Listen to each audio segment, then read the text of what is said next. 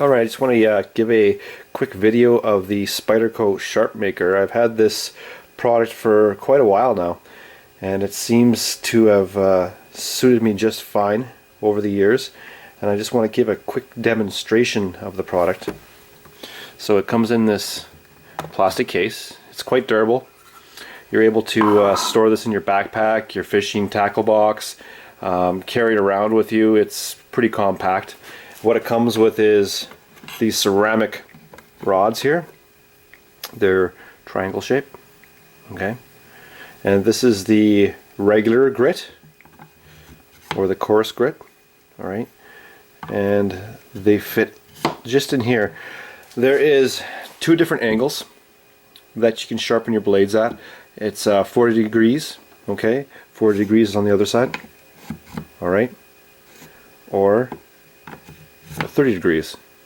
It just so happens the knife that I'm sharpening, it ranges between a 13 and a 16 degree angle, so the 30 degree fits perfect because it works out to be a 15 degree angle. So it's generally the angle that this knife works best at. Each knife is a little bit different, so you just kind of go with it from there. How I start off with is making sure that you have the thin side, right, the peak of the triangle. Okay, start at this side, and then I just make sure my knife is totally vertical, and I just run the knife all the way down this way, and I usually do about 10 swipes aside.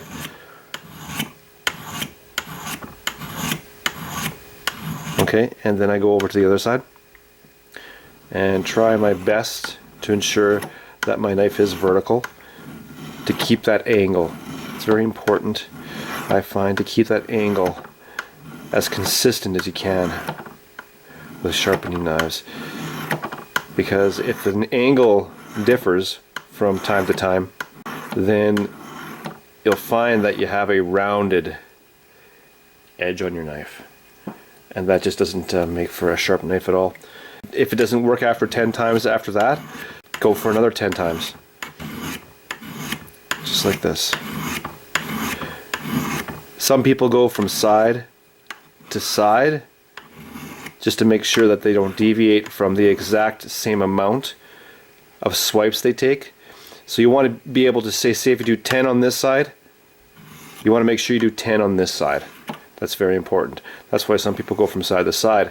But I find when I go side to side, my angle isn't as consistent as I would like. Whereas I can concentrate on one side to do 10. My angle is generally bang on every single time. But then if I go from side to side, it's not that case at all. So after we finish, we turn it around and we go on the flat side now, okay? And then it just grips more of the blade.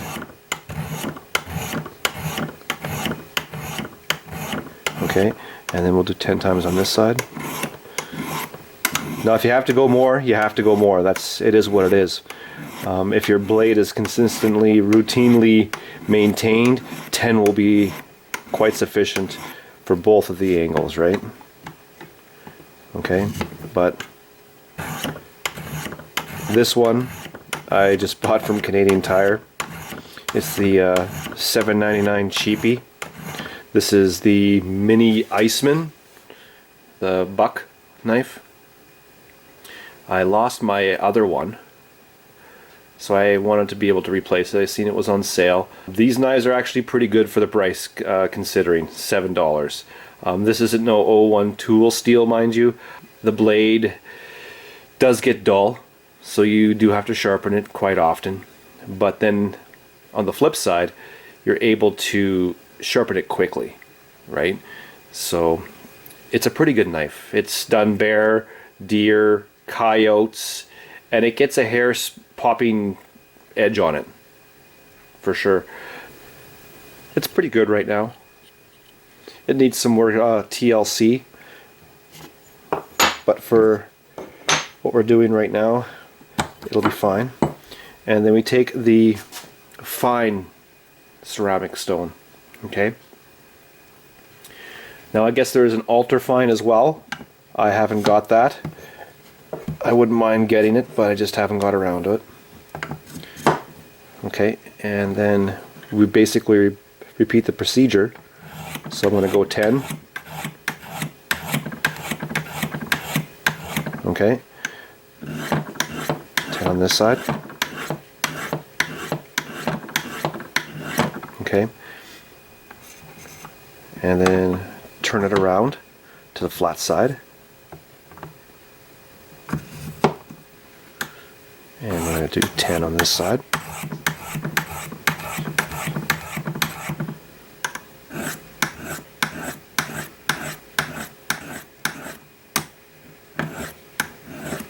Okay. It was basically just taken out of the package. It needs some more love, but we'll give her another 10 on each side.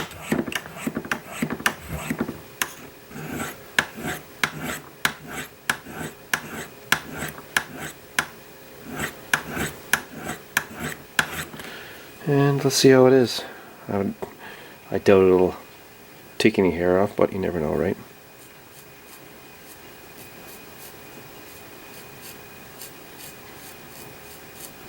Well, it's starting to take a little bit off there, so it still needs a little bit of love, but it gets a little bit of hair off. So overall, this product's been good to me. There is various other applications that you'll be able to apply with this. So we can take this off, flip it upside down. So this also acts as a stand. The base acts as a stand. Okay. And you'll see there's 2 grooves here. Alright. So you can place the stones in the grooves. And you'll be able to do chisels. Just find where the angle is that you're looking for, right? And you'll be able to do chisels, right?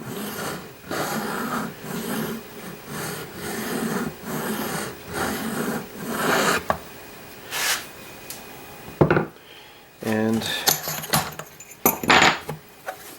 you'll notice over here, if this comes out in the camera very well here, you can insert a stone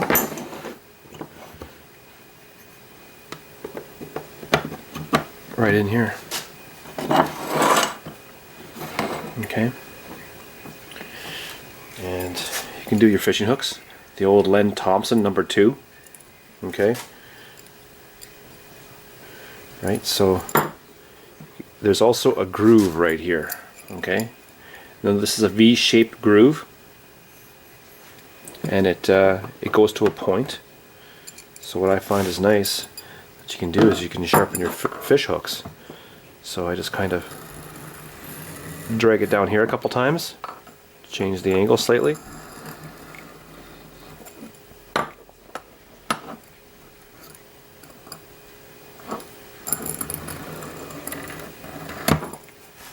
So if you just want to be able to put another little bit of an edge on it, take out any burrs. Now that's, I wouldn't want to get stuck with that guy. So fish hooks, and I'll turn this around this way. Hopefully that comes out. Now in my previous videos you'll notice that I was doing a coyote hat. Now this needle that I have has 3 flat points coming to a point. So this works perfectly for this application. So you just find it and you just, okay, that's one, turn it, and here's another one, okay, and turn it again. Okay, so you can sharpen this needle and it's back to like sharp again. I have a pair of cutters.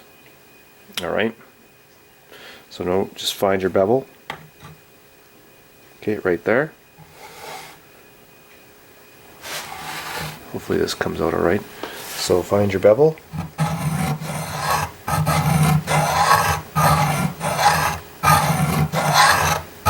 And sharpen it up like that. Just go back and forth until you feel that it's good. So, brand new edge. Okay.